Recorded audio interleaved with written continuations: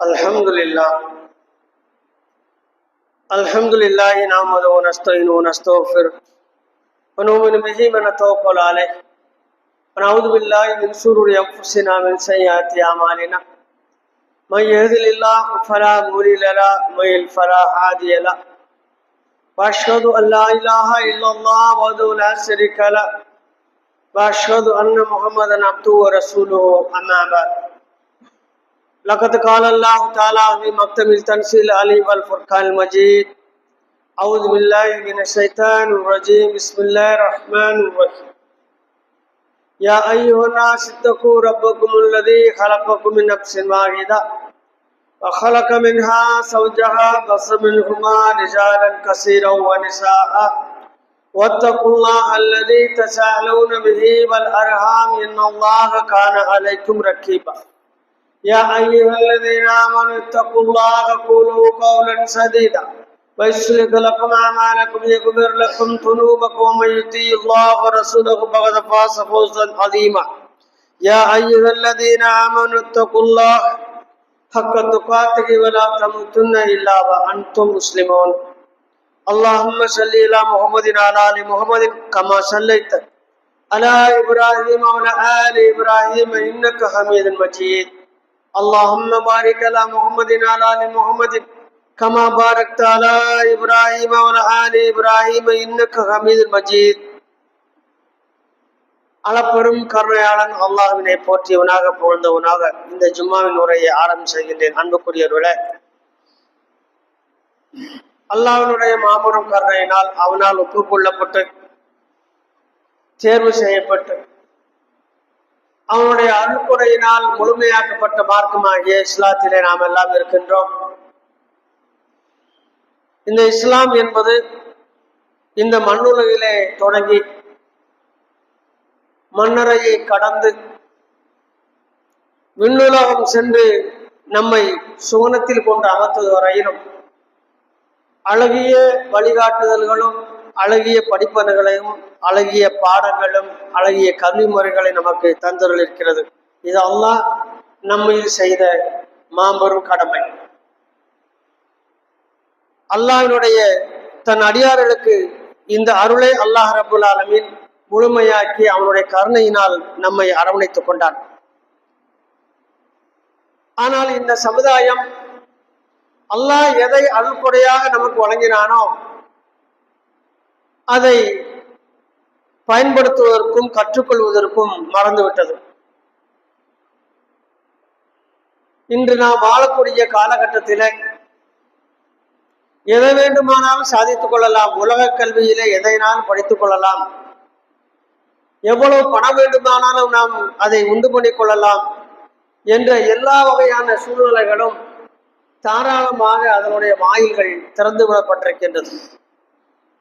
ஆனால் மார்க்க கல்வியை முறையாக கற்றுக் கொடுப்பதற்கான அந்த வழிமுறைகள் பாடத்திட்டங்கள் நம்மிடம் இருந்தும் அதில் பஞ்ச நிலைமையே நிலவுகிறது. முறையான பாடம் மார்க்க கல்வி கற்றுக் கொடுக்கப்படுவதில்லை என்பதை அல்லாஹ்வின் மீது சத்தியமிட்டு சொல்லலாம். எல்லோரும் ஒரு தனித்தனி இயக்கமாக, குழுக்களாக, அமைப்புகளாக இயங்கிக் கொண்டிருக்கின்றார்கள். அவர்களால் இயன்றதை செய்து கொண்டிருக்கின்றார்கள். அதில் குறை ஒன்று இல்லை, செய்யட்டும். ஆனால் எல்லோரும் பொதுவாக பின்பற்றக்கூடிய ஒரு விஷயம் அல்லாஹ்வுடைய மார்க்க கல்வி. அந்த கல்வி முறையாக கற்றுக் கொடுக்கப்படவில்லை என்பதை நாம் எத்தனையோ விஷயங்களை முன்னுதாரணமாக காட்ட முடியும். நீங்க மக்கள் மத்தியில சமாதி வழிபாட கொண்டு வந்தது யாரு? ஆலிம்கள் தான். ஆனால் அந்த ஆலிம்கள் யார்? முறையாக கற்றுக் கொடுக்காமல் பட்டம் பெற்றுக் கொண்டவர்கள். சில விஷயங்களை கொஞ்சம் உடச்சி சொல்ல கசப்பா இருக்கும். அதனால நிறைய பேருக்கு நம்மளை பார்த்தாலே கொஞ்சம் ஒரு மாதிரி முகம் சுருங்கும். அது நமக்கு பிரச்சனையே கிடையாது. கூலு கவுலும் சதிதான் சொல்லிட்டு தான் மேடை ஏறணும். அப்புறம் அங்க இறங்கி ஆளுக்கு தகுந்த மாதிரி வெஞ்சாமரம் வீசிக்கொண்டு முனாஃபிக் வேலையெல்லாம் செய்ய முடியாது. நம்ம அல்லாஹ்வை திருப்திப்படுத்த வேண்டும், அல்லாஹ்வின் மார்க்கத்தை சொல்ல வேண்டும். இன்னைக்கு மார்க்க அறிஞர்கள் பெருத்து விட்டார்கள். அல்ஹம்துலில்லாஹ். களத்தில் நின்று பணியாற்றவர்கள் மிகவும் குறைவு. மதரசாக்கள் பெருகிவிட்டது, முறையான கல்வி திட்டம் இல்லை. முறையான கல்வி திட்டம் நாங்களும் எல்லாமே சொல்லிக் கொடுக்குறோமே. மதரசால மனநம் சொல்லிக் கொடுக்குறோம், உருவாக்குறோம், முப்பல்லிகா பட்டம் கொடுக்குறோம், முப்பல்லிகா ஆண்களுக்கு 1 வருஷம் கோர்ஸ் கொடுக்குறோம், ஆலிமாக்கள் உருவாக்குறோம், ஆலிம்கள் உருவாக்குறோம், நிறைய நாங்கள் தஜ்வீதுகள் சொல்லிக் கொடுக்குறோம், எப்படி உச்சரிக்கணும் என்ற மஹ்ரஜுகள் நாங்கள் சொல்லிக் கொடுக்குறோம், எல்லாம் சொல்லிக் கொடுக்குறோம். இதை தாண்டி என்ன கல்வி என்றால் அல்லாஹ்வின் தூதர் இதை தாண்டி இல்லை, இதற்கு முன்னால ஒரு கல்வியை சொல்லிக் கொடுத்தாங்க. அது அல்லாஹ்வை பற்றிய கல்வி, அல்லாஹ்வினுடைய மார்க்கத்தை பற்றிய கல்வி, அல்லாஹ்வுடைய வேதத்தை பற்றிய கல்வி. அதுதான் அல்லாஹ்வுடைய தூதர் 23 வருட காலமாக பயந்து கொடுத்தார்கள். நீ அல்லாஹ்வுடைய தூதரத்தை நேரடியா பாடம் படித்தவங்க சஹாபா பெருமக்கள். அல்லாஹ்வை மெச்சக்கூடிய அளவுக்கு பாடத்தை பயின்றார்கள், அர்ப்பணித்தார்கள், தங்களை தியாகம் செய்ய முன் வந்தார்கள். உலகமுக்கும் இன்னைக்கு முஸ்லிம்கள் இருக்கிறார்கள், அவருடைய அர்ப்பணிப்பு தான் காரணம். நீ நம்மகிட்ட இஸ்லாத்தை வராது, தப்பித்தவர் வந்து நம்மளோட நின்றுரும். நம்மளை பார்க்கறது இஸ்லாம் மோசம் நினைச்சுக்குவோம். விட்டு கொடுக்கும் தன்மை இல்லை, நளினமாக பேசும் தன்மை இல்லை, இடம்பொருள் ஏவல் அறிந்து பேசக்கூடிய தன்மை இல்லை, பெருந்தன்மை இல்லை, அர்ப்பணிப்பு இல்லை, மக்களை கவரக்கூடிய அழகிய முறையில் இஸ்லாத்தை நடைமுறைப்படுத்தி காட்டக்கூடிய வாழ்வியல் இல்லை. இப்படி எதுவுமே இல்லாமல் ஒரு சில விஷயங்களை பிடித்துக் கொண்டு குருடர்கள் யானையை பார்த்து கருத்து சொன்னதை போல தனித்தனியாக ஒவ்வொன்றை செய்து கொண்டு இந்த சமுதாயம் தவித்துக் கொண்டிருக்கிறது. நீ சமீபத்துல மிகப்பெரிய பேரடியான செய்திகள் நிறைய நடக்கும். நீங்க 10ஆம் தேதி பேப்பர் எடுத்து பாத்தீங்கன்னா ஒருத்தர் திருச்சியில 2 பேர் கைது செஞ்சிருக்கிறாங்க.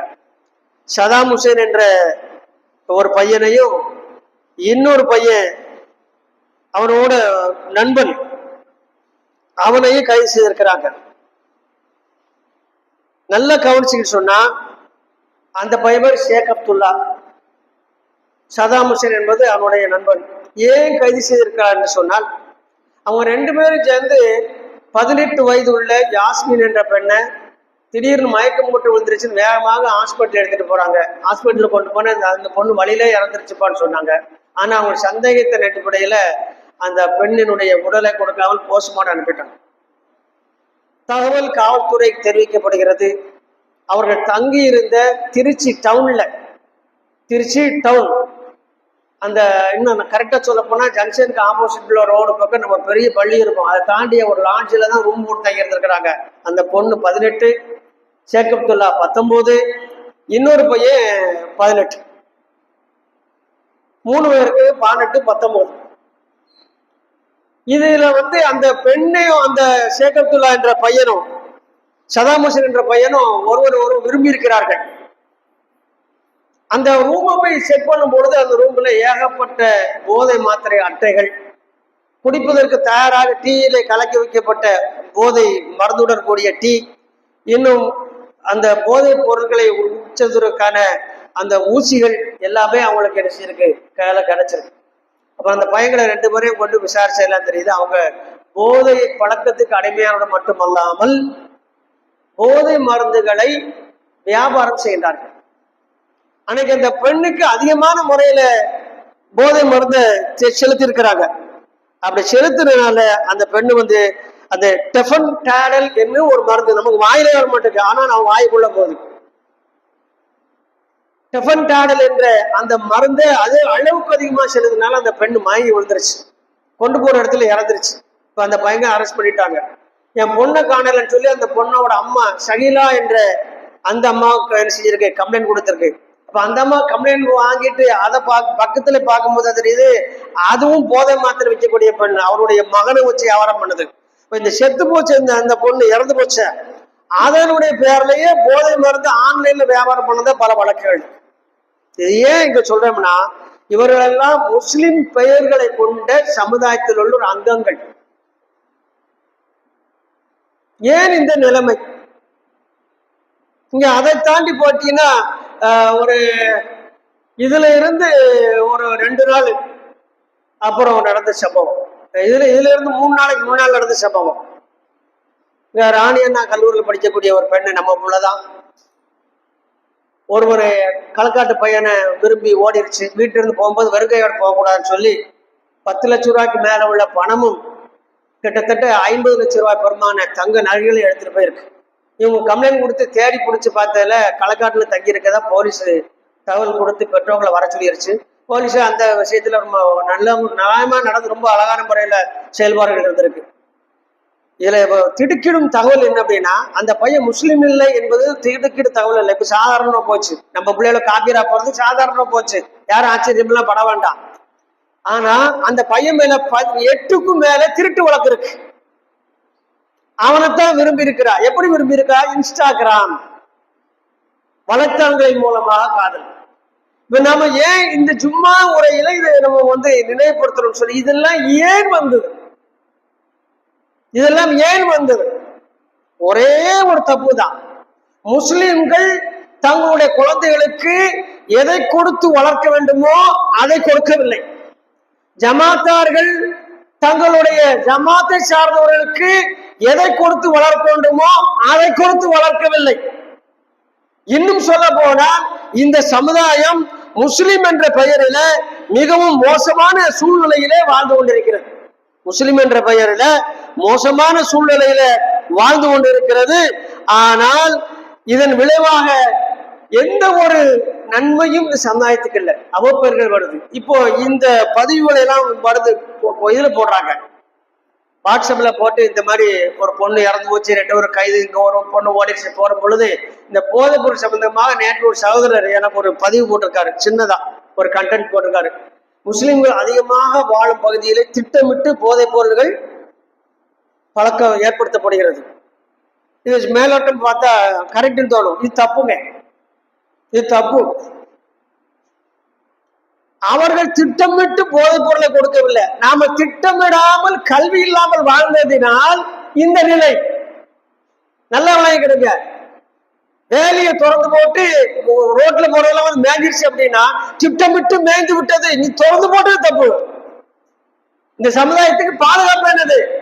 இந்த சமுதாயத்துக்கு பாதுகாப்பு என்னது? கல்விதான். அல்லாஹ்வுடைய தூதர் கற்றுக் கொடுத்த கல்வி, அல்லாஹ்வுடைய மார்க்கம். இதை நீங்கள் விட்டு விட்டு இந்த உலகத்தில் எதை செய்தாலும் இழிவுதான். இது போன்ற கேவலங்கள் தான் ஏற்படும். நாளொரு மேனும் பொழுதொரு மேனியுமாக இந்த சமுதாயம் போதைக்கும் மற்ற கலாச்சாரத்துக்கும் விபச்சாரத்துக்கும் தள்ளப்பட்டு கொண்டிருக்கிறது. நம்ம சமுதாயத்துல இல்லாத பழக்கம் என்ன? வட்டி இருக்கு, விபச்சாரம் இருக்கு, போதைப் பொருள் வந்துருச்சு. போதைப் பொருள் எத்தனை வகை இருக்கோ அத்தனை வந்துருச்சு. கொலை நடக்கு, சாதாரணமாக கள்ள உறவுகள் நடக்கு, திருட்டு விபச்சாரங்கள் நடக்கு, எல்லாமே நடந்து கொண்டிருக்க சமுதாயத்துல. இத்தனையும் தனித்தனியாக நீங்கள் தடுப்பதை தவிர இவர்களுக்கு மார்க்கத்தை முறையாக கற்றுக் கொடுத்து இருந்தால் இதெல்லாம் உள்ள வராது. நல்ல வணக்கிடுங்க, நம்ம மிகைப்படுத்தி பேசல. இதை விட அப்பனுக்கு அப்ப குற்றத்துல யாரு? இவங்களுடைய அப்பனுக்கு அப்பன், பாட்டனுக்கு பாட்டேன் சஹாபா பெருமக்கள். அவங்க இஸ்லாத்துக்கு வருவதற்கு முன்னால அவங்க எல்லாம் யாரு? மிகப்பெரிய குற்றங்கள் புரிந்தவர். குற்றத்தை அவர்கள் குற்றமாக கருதாத அளவுக்கு செய்து கொண்டிருந்த மக்கள். அல்லாஹ்வின் தூதர் அவர்களை அழைத்து அதை செய்யாது இதை செய்யாதுன்னு சொல்லல, இதை செய் என்று அவர்களுக்கு இஸ்லாத்தை காட்டினார்கள். அத்தனையும் இந்த சமுதாயத்தில் விபச்சாரம் போய்விட்டது.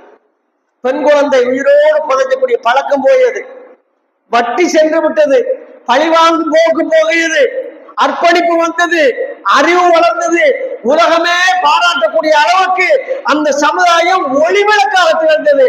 அல்லாஹ்வின் தூதர் கொடுத்தது என்ன? கல்வி. இன்னைக்கு நாம் தடுத்து வைத்திருப்பது என்ன? கல்வி. எல்லாரும் என்ன செய்யறாங்க தெரியுமா? சுய விளம்பரங்களுக்காக, சுய திருப்திக்காக ஒரு சில விஷயங்களை கற்றுக்கொண்டு இது போதும் என்று முடிவுற. அதெல்லாம் இல்லை. நான் இப்ப மீண்டும் அடுத்து சொல்றேன்.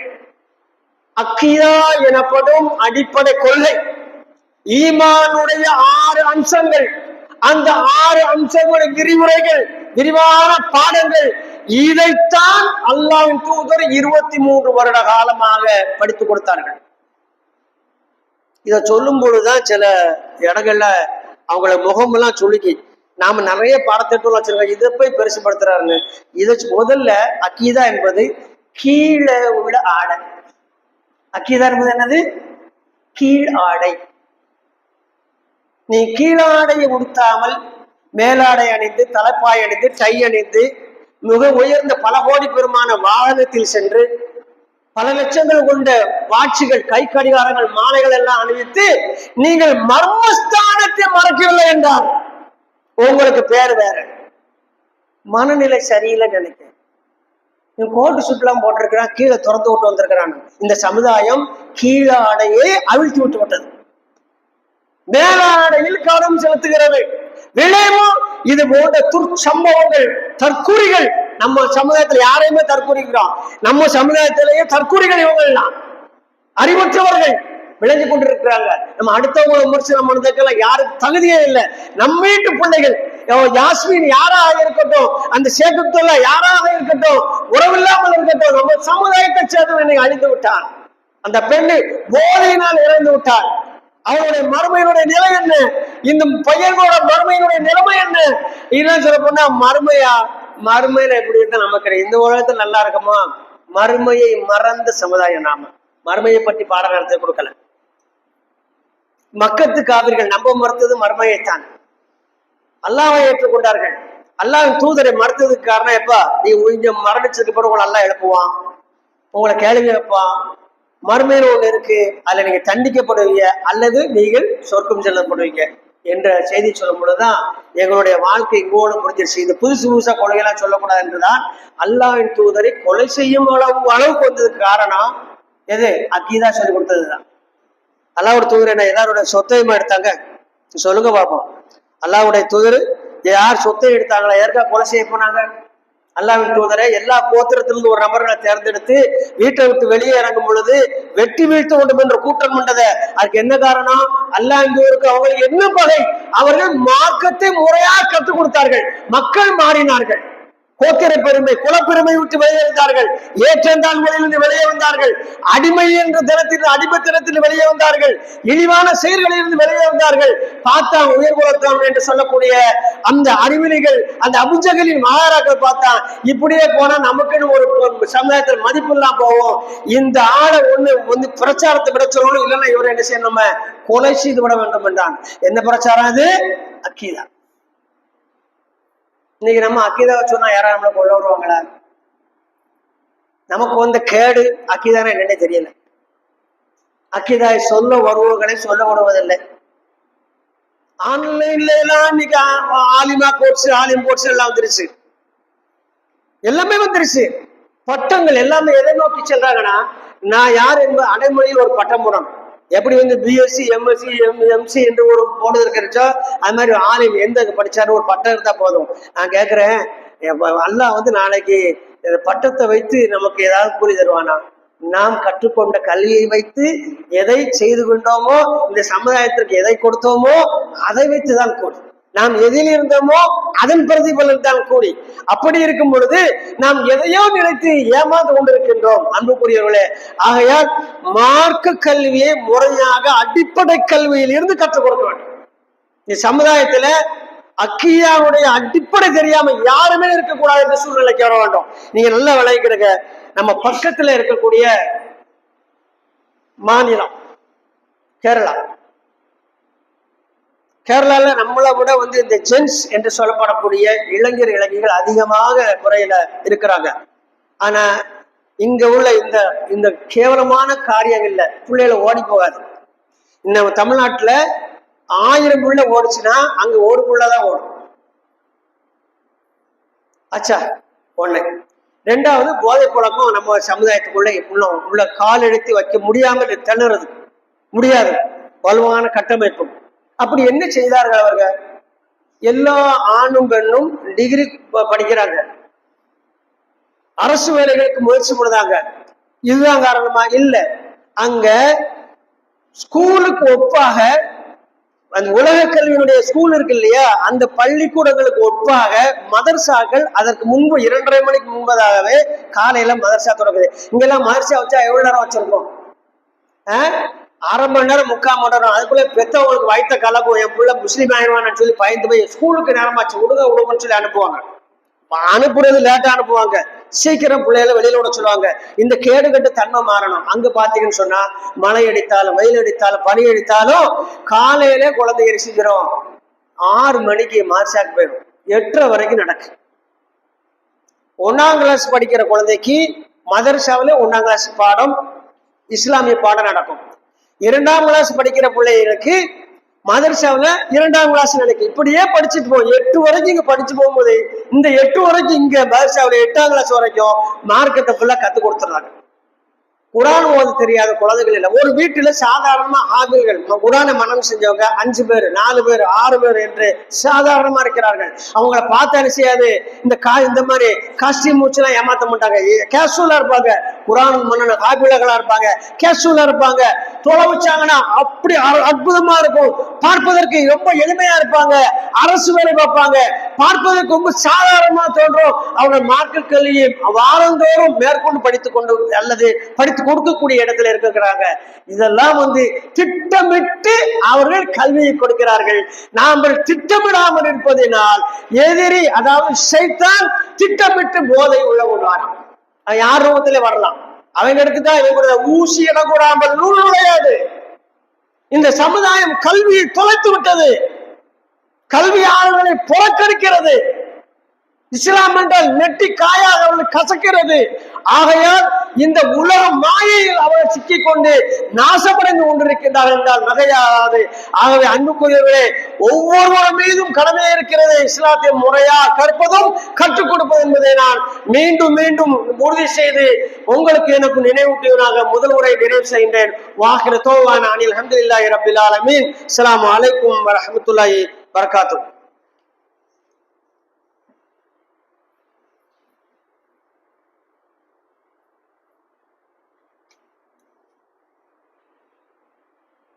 அல்ஹம்துலில்லாஹ். அல்லாஹ் ரப்பல் ஆலமீன் கல்வியை பற்றி எவ்வளவோ விஷயங்கள் குர்ஆனிலே கூறும் பொழுது, குறிப்பாக சுலைமான் நபியையும் தாவூத் நபியையும் அல்லாஹ் ரப்பல் ஆலமீன் குறிப்பிடுகின்றான். வலகத் ஆதைனா தாவூத வ சுலைமான இல்மன் வ கால அல்ஹம்துலில்லாஹி ஃபல்லல்னா அலா கஸீரும் மின் இபாதிஹில் முஃமினீன். அல்லாஹ் ரப்பல் ஆலமீன் கூறுகின்றான், தாவூதுக்கும் சுலைமானுக்கும் நிச்சயமாக நாம் கல்வி ஞானத்தை கொடுத்தோம். அதற்கு அவ்விருவரும் புகழ் அனைத்தும் அல்லாஹ்வுக்குரியது. அவன்தான் மூமின்களுடைய தன் அடியார்களில அநேகரை விட எல்லோரை விட நம்மை மேலாக்கினான், மேன்மையாக்கி விட்டான் என்று கூறினார்கள். ஒரே ஒரு கேள்வி, சுலைமான் நபி டாக்டரா, இன்ஜினியரா, இல்ல ஜியாலிஸ்டா, இல்ல ஆர்கிடெக்ட் படிச்சவங்களா? தாவூத் நபி யாரு? என்ன கல்வி அல்லாஹ் கொடுத்துட்டேன்னு சொல்லி குர்ஆன்ல பதிவு செய்யறான். அல்லாஹை பற்றிய ஞானம், அல்லாஹ்வுடைய மார்க்கத்தை பற்றிய ஞானம், தெளிவான தெளிவுகள், ஒரு விஷயத்தை விளங்கி கொண்டு அதன்படி அமல் செய்யக்கூடிய அற்புதமான விஷயத்தை தாவூத் நபிக்கு மகனான சுலைமான் நபிக்கு கொடுத்தோம். அதற்கு அவர்கள் அல்லாஹை புகழ்ந்தார்கள். அல்லாஹ் கல்வியை தந்ததினால் எங்களை மற்ற எல்லோர்களும் மேலாக்கினான். இன்னைக்கு உலக கல்வி படிச்சவங்க எல்லாம் பெருசு பெருசா பாக்குறோம். உலக கல்வி படிச்சுட்டா பெருசு பெருசா பாக்குறோம். மார்க்க கல்வி படிச்சவங்கள இந்த சமுதாயம் எப்படி பாக்கு? பண்டாரம் பரதேச வேலை பாக்கு. உடச்சு சொல்லணும்னா அதுதான் ரொம்ப கேவலமா தான் பாக்குது. நீங்க ஒரு ஐபிஎஸ் ஐஏஎஸ் அதிகாரி நம்ம சமுதாயத்தை ஒருத்தர் வந்துட்டா கொண்டாடுறாங்க. நல்ல விஷயம், உலகத்துல சிறந்த விஷயம். அதுல சிறுநீர் கழித்தால் அதை சுத்தம் செய்ய வேண்டும் என்ற பாடம் இருக்காது. ஒழுக்கம் சொல்லிக் கொடுக்கப்படாது. காந்தி சொன்னாரு, ஒழுக்கத்தை கற்றுத்தராத கல்வி கல்வியே இல்லைனாரு. ஒழுக்கம் எங்கே கற்றுக் கொடுக்கப்படுகிறது? நீ நம்ம இன்னைக்கு தற்கால வாழக்கூடிய ஜென்ஸுடைய டிக்ஷனரியை எடுத்து பார்த்தா ஒழுக்கம் என்பதும் கட்டுப்பாடு என்பதும் மரியாதை என்பதும் இல்லை. அவருக்கு மனம் பிடித்தது போல வாழ வேண்டும் நினைக்கின்றார்கள். அப்ப எந்த நிலைக்கு வந்துட்டாங்க? இந்த உலகம் தான் கொஞ்ச நாளைக்கு ஜாலியா சந்தோஷமா இருந்து செத்து போயிடணும். இது யாருடைய கொள்கை? யாருடைய கொள்கை? மக்கத்துக்காரர்களோட கொள்கையில நம்ம சமுதாயம் வாழ்ந்துகிட்டு இருக்கு. நம்மளுடைய சமுதாய இளைஞர்களும் மக்கத்து காவிர்களை அபூஜஹலுடைய வாரிசுகளாக பின்பற்றி கொண்டு வருகிறார்கள். வாழுத வரைக்கும் சந்தோஷமா இருக்கணும். இல்லைன்னு நன்மை தீமை புண்ணிய பாவம் இருக்கிட்டு என்ன செத்து போனா யாரு கேப்பா? இப்ப மர்ம விசாரணை மர்மையை நம்பினா தானே, அல்லாஹ்வின் முன்னால் நிறுத்தப்படும் என்ற அச்சம் இருந்தா தானே ஒழுக்கமா இருப்போம் நாம. நீங்க நல்ல விலையை கிடைக்க அழகான ஒரு பெண் அழைத்து உபச்சாரத்திற்கு உயர்ந்த உல பெண் அழைத்தும் ஒரு மனிதன் நினைச்சாரு மறுத்து விடுகிறார் அல்லாஹ்வுடைய அச்சத்தினால. அதன் காரணமாக மர்மை நாளிலே நிழல்கள் இல்லாத நாளிலே அல்லாஹ்வுடைய அரசு நிழல் அவருக்கு கொடுக்கப்படுகிறது. எப்படி வந்துச்சு? அவருக்கு கிடைச்சது என்ன? இவர் உபச்சாரத்தை தவிர்த்தாரு, அவருக்கு என்ன கிடைச்சது? அல்லாஹ்வுடைய அரசு நிழல் கிடைத்ததாக அல்லாஹ் தூதர் நபிகள் நாயகம் ஸல்லல்லாஹு அலைஹி வஸல்லம் கூறுகிறார். ஒழுக்கம்தான் கல்வி. அல்லாஹ் என்றால் யார், ரசூல் என்றால் யார், மார்க்கம் என்றால் யார், ஈமான் என்றால் என்ன, இஸ்லாம் என்றால் என்ன, இஹ்சான் என்றால் என்ன, அது கிளைகள் என்ன, அது உட்பிரிவுகள் என்ன, அது எப்படி நம்மை உருவாக்குகிறது, இதைத்தான் அல்லாஹ்வின் தூதர் மீண்டும் மீண்டும் மீண்டும் மீண்டும் மக்காவிலே 13 வருட காலமும் மதீனாவிலே 10 வருட காலமாக 23 வருட காலம் இதைத்தான் படித்து கொடுத்தார்கள். அந்த சமுதாயம் மிளிரியது, ஒளிவிளக்காக மாறியது. இன்னைக்கு இந்த சமுதாய நிலைமை, இன்னைக்கு இந்த சமுதாயத்தின் நிலைமை என்ன? கல்யாணம் முடிச்சு கொடுத்தா உடனே டைவர்ஸ் அப்ளை, கல்யாணம் முடிச்சு கொடுத்தா உடனே எங்களுக்குள்ள ஒத்து போகாத விட்டு பிரிச்சு விட்டுருக்க என்று சொல்லக்கூடிய கோரிக்கை மனுக்கள் ஜமாத்துகள்ல, ஒவ்வொரு ஜமாத்திலும் பிரிக்கப்படாத மனுக்கள் ஏராளம். எதை பிரிச்சு யாருக்கு தீர்ப்பு சொல்ல? காரணம் ஒன்றே ஒன்றுதான், சரியாக வளர்க்கல. நாம் கள்ளி செடியை வளர்த்து விட்டு ரோஜா வரவில்லை என்று வருத்தப்படக்கூடிய மாபெரும் முட்டாள்களாக இந்த சமுதாயம் உருவாக்கப்பட்டு கொண்டிருக்கிறது. விதைத்தது எதுவோ அதுதான் முளைக்கும் என்ற அடிப்படை அறிவு கூட இல்லை. விதைத்தது ஒன்று, முளைப்பது நமக்கு இஷ்டப்பட்டது என்று நினைத்துக் கொண்டிருக்கிற, நிச்சயமாக நடக்காது. அப்ப நமக்கு என்ன வேணும், நான் எப்படி உருவாகணும் என்று நாம் நினைத்தால் அதன்படி நமது வாழ்க்கை அமைத்துக் கொண்டு மார்க்க கல்வியின் அடிப்படையில் நாம் வாழ்க்கை அமைத்துக் கொண்டால் பிள்ளைகளுக்கு ஒண்ணுமே கற்றுக் கொடுக்க வேண்டாம். நல்ல விலை கிடைக்க. இந்த குழந்தை வளர்ப்பு பற்றி பாடம் நடத்துப்பாங்க, எனக்கு அது பிடிக்காத ஒரு சப்ஜெக்ட். தாய் தகப்பனுக்கு இஸ்லாமே இருக்காது. பிள்ளைகளை நீ எப்படி குழந்தை வளர்ப்பு எப்படி வளர்ப்பனி? வீட்டுக்குள்ள பேசினா பொய், பக்கத்து விட்டு பொறாம, சொந்தத்துக்குள்ள கோல் மூட்டி விடுறது, அசிங்கம், ஆபாசம், ஒருவரை இணைத்து பேசி எல்லாம் வீட்டுக்குள்ள நடக்கும். இந்த ஆணும் பெண்ணு செய்வாங்க. பிள்ளைகள் நல்லா ஒழுக்கமாக நினைப்பாங்க. எப்படின்னா பிள்ளைய விட்டு கடையில சிகரெட் வாங்கிட்டு வரான்னு சொல்லிட்டு என் பிள்ளை சிகரெட் குடிக்கிறான் வருத்தப்பட்டா அவன் எவ்வளவு முட்டாள் தகப்பனோ, அது போல இந்த சமுதாயம் முட்டாள் சமுதாயமாக இருக்கிறது. தான் எல்லாம் செய்யும், தப்புல நல்லா இப்படி நடக்கும். நீங்க நம்ம பிள்ளைகளை தொழுகுன்னு யாவக்கூடாது. நீங்க தொழுகு கரெக்டா, பொய் சொல்றது பாவம் சொல்லாதீங்க. நீங்க பொய் சொல்றது ஒரு குழந்தைக்கு கேட்கக்கூடாது, பார்க்க கூடாது. அது மாதிரி இருக்க. அடுத்த விட்ட பத்தி புறம் பேசக்கூடாது. அல்லாஹ் குர்ஆன்ல அருவருப்பான உதாரணம் மூலமா இறந்து போன அவனுடைய சகோதரனுடைய அந்த மையத்தினுடைய மாமிசத்தை உண்பாயா என்று கேட்கக்கூடிய ஒரு இழிவான கேவலமான உதாரணம். ஆனால் புறம் என்பது நமக்கு எப்படி இன்னைக்கு சைடிஸ்ட் மாதிரி ஆயிடுச்சு. அது இல்லாம சோறு உள்ள போகுது, அது இல்லாம டீ குடிக்க முடியாது. புறம் என்பது வாழ்க்கையின் அங்கமாக, அணிகலனாக, ஆடையாக மாறிவிட்டது. ஆனால் அதன் மூலம் கிடைக்கக்கூடிய அந்த தீமை நமக்கு ஒருபோதும் மனதில் உறுத்தியதில்லை. காரணம், அடிப்படை கல்வி இல்லை, அல்லாஹ்வுடைய அச்சம் இல்லை. ஆகையால் மீண்டும் மீண்டும் உங்களுக்கு நான் நினைவுறுத்துவது ஒன்றே ஒன்றுதான், அன்புக்குரியவர்களே, முறையாக மார்க்கத்தை கற்றுக்கொள்ளுங்கள். அதற்கு வயது தடையில்லை, எதுவுமே தடையில்லை. நீங்க எந்த மகளாவை சார்ந்திருக்கீங்களோ, யாரை சார்ந்திருக்க அவங்கள்ட்ட போய் இந்த ஆள் என்ன அக்கீதான் சுயமோ சொல்லிட்டு இருக்கா போல, அது எங்க கிடைக்குன்னு கேளுங்க. கேட்டு அதை வாங்கி படிக்க அமருங்கள். கல்விக்கான ஒரு இன்வெஸ்ட்மெண்ட் என்ன அப்படின்னா நேரத்தை செலவழிப்பதுதான். ஒரு நாளைக்கு ஒரு மணி நேரமாவது நாம மார்க்கத்தை கற்பதற்காக ஒதுக்கணும் என்று சொன்னால் ஒரு வருஷத்துக்குள்ள எவ்வளவோ விஷயங்களை கற்றுக்கொள்ளலாம். வாழ்க்கை அப்படியே மாறிவிடும். ஆகையால் அன்புக்குரியவர்களே, அல்லாஹ்வுடைய மாபெரும் கருணையினால் நாமெல்லாம் காபிர்கள் அல்லாமல், முஸ்லிம்களாக அல்லாமல், அல்லாஹ்வுடைய மாபெரும் கருணையினால் முஸ்லிம்களாக இருக்கின்றோம். அப்படி முஸ்லிம்களா இருந்ததுதான் ஜாஸ்மீனும் தாயாரும்.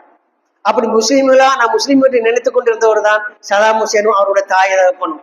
அப்படி முஸ்லீம்களாக நினைத்துக் கொண்டிருந்தது தான் ஜாகிர் ஹுசேன் ஒரு தாயார்களும். அப்படி முஸ்லீம் என்று நினைத்துக் கொண்டிருந்தவர்கள் தான் காஃபிரோடு திருட்டு வழக்கில் சம்பந்தப்பட்ட ஒருவனோடு வீட்டில் இருந்து எல்லாவற்றையும் எடுத்துக்கொண்டு ஓடிய ஒரு பெண்ணினுடைய தாயின் தந்தையும். ஆகையால் அன்புக்குரியவர்களே, முஸ்லீம் என்று நினைப்பதினால் ஒரு காலம் முஸ்லீமாக ஆக முடியாது.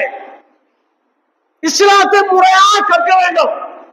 நம்மள யாரும் கடந்த காலங்களில் பியூர் இல்ல, ஏராளமான தவறு செய்திருப்போம். அதற்கெல்லாம் அல்லாஹ்விடம் பாவ மன்னிப்பு கோர வேண்டும், மனம் அருந்த வேண்டும், தௌபா செய்ய வேண்டும். அல்லாஹ்விடத்தில் மன்றாட வேண்டும். மேற்கொண்டு இருக்கக்கூடிய எஞ்சிய நாட்களை அல்லாஹ்வுக்கு விருப்பமான நாட்களாக மாற்றிக்கொள்ள வேண்டும்.